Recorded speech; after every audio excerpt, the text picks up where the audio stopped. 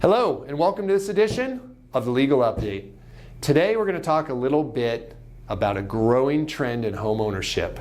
It's always been around, but now due to affordability and access, it's become a much bigger issue and something that we need to talk about, and that is home surveillance. Some people in the past have had home surveillance, but it's really been the minority of people. But now with the likes of Ring, that's right, doorbells, that is surveillance at a home. Nest was one of the first companies to come out, and now there's a company called Waze that you can outfit your home with 10 cameras for practically less than $250. So they're very easy to install, and they're becoming much more prevalent. So what do we need to know about this?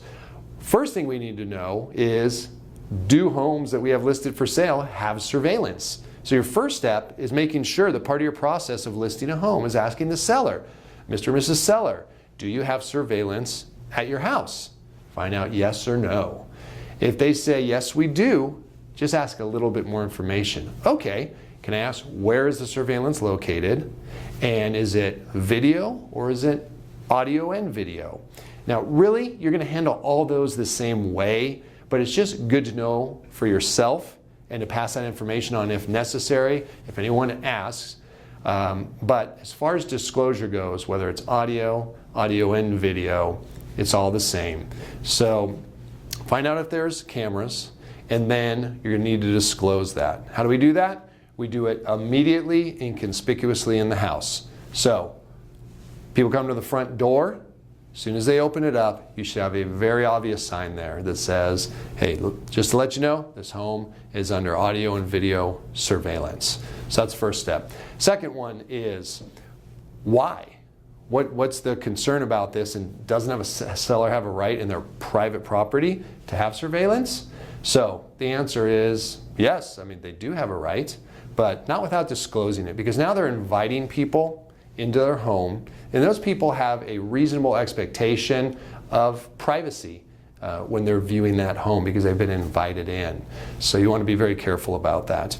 And you can only imagine that if the seller has audio and visual surveillance, doesn't disclose it, a buyer goes in the home with a reasonable expectation of privacy and is discussing details about a potential offer on this property, that's really going to give the seller an upper hand in the negotiations on that property. For instance, a buyer says, oh honey, I just love this house. I will do anything to get it.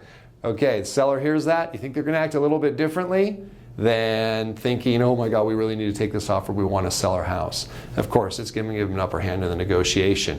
If that's ever discovered and was not a disclosed surveillance, that could have really dire consequences, both for the seller and potentially the agent. We always get dragged in when these things happen. So it's very important. And back to my first mention of this, which is your Ring doorbell, that's surveillance. When you arrive, those people are going to be under surveillance. So if it's even just a Ring doorbell, it needs to be disclosed so people are aware what's going on in the property. So I hope this helps. It's very important, and make sure that it's part of your process when you go to list a house to make sure that you get this information from the seller and disclose it properly on the property. This wraps up this edition of Legal Update.